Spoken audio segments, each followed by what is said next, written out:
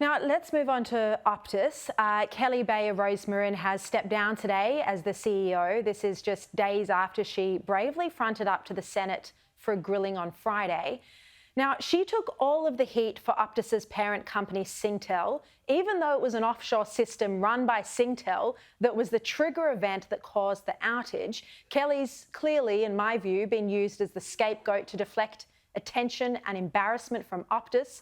There are so few female business leaders in Australia, so few female chief executives, and yet politicians, including Albanese today, went so hard on her for their own political purposes, and now she's been forced out. It kind of reminds me of the whole Christine Holgate scandal and how she was treated. And Kelly was also hung out to dry with no COO. She didn't have her own communication experts to advise her on how to handle the media on the day of the actual outage. This all left her vulnerable. Now, she's a young, very bright, up-and-coming executive. It looks like she was set up to fail, not given the support by Singtel. Geoff, it really looks to me like she's been treated unfairly. She's been sacrificed by the global company as a fall girl in this instance, for this outage that was caused by their own offshore systems. Yeah, it was an absolute debacle, Sharri. But I guess we go back to September last year and there was that major cyber incident and there were question marks there around her handling and her team's handling and management of that crisis towards then we had obviously the outage a few weeks ago.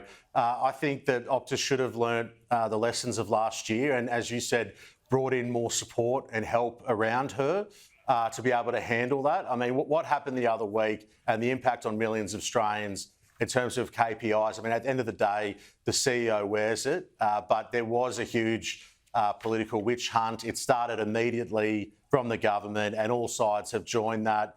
You'll see statements from every political party today welcoming her departure. But it is the second biggest telco in this country.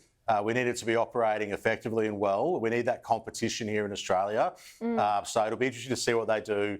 Obviously, Gladys Berejiklian is there. We'll see what kind of role she plays moving forward. Look, just to go back to Albanese for a moment, a big story today, of course, what I spoke about in my editorial, Albanese's handling over the injured Australian Navy personnel.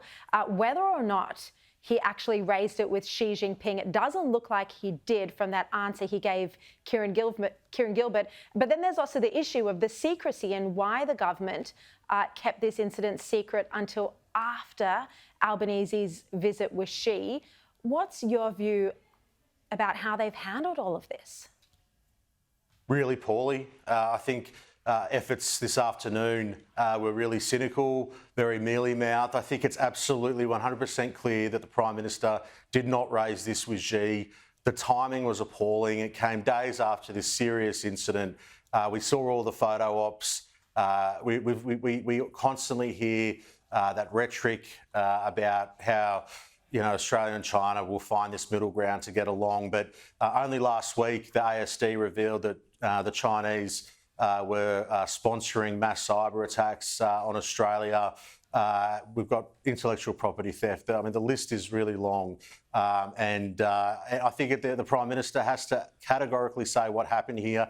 He said that the usual channels were followed. Well, that would usually mean that Wang Yi probably was aware of what had happened on the sidelines of APEC. But as for a leader-to-leader discussion about it, very, very unlikely.